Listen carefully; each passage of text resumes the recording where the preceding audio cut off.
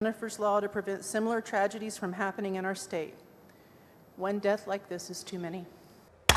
There being 132 ayes, 0 nays, House Bill 3749 is passed to engrossment.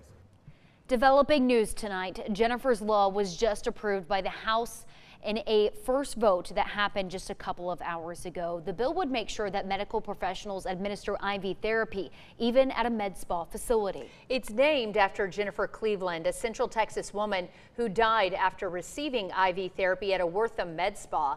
The bill passed the House unanimously. It still has one more vote in the House before it moves on to the Senate.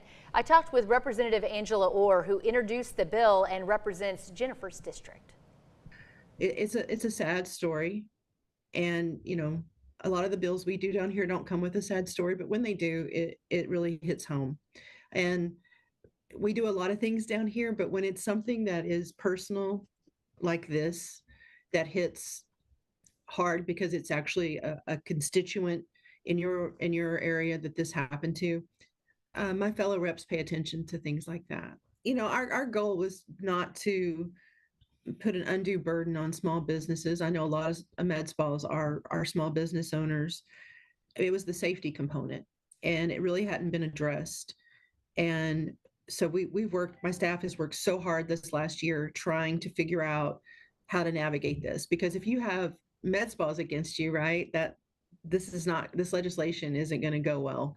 And so we narrowed it down to the intravenous elective IV that needs to be prescribed and administered by somebody who is a medical professional, and we can all agree on that. And so I think it's probably gonna affect some bad actors, but for the good actors, it just reinforces that what they're doing in a professional manner. Do you think if this legislation is passed, it will save lives in the future? Sadly, I hate to see anybody go through what Jennifer's family has been through, but I do think this will make people ask more questions. I've already had several reps come up to me and say, I've been to places where they offered this, and I didn't even think to ask, is the person putting something in my vein, in my bloodstream, a medical professional? And did they know what they were doing when they ordered it? So I think it will. I think it's going to call attention to maybe some bad actors in the industry, but for those that are doing the right thing, it's just going to strengthen them. Now you can watch that full interview on the 6 Plus app under the News tab or on our website, kcentv.com.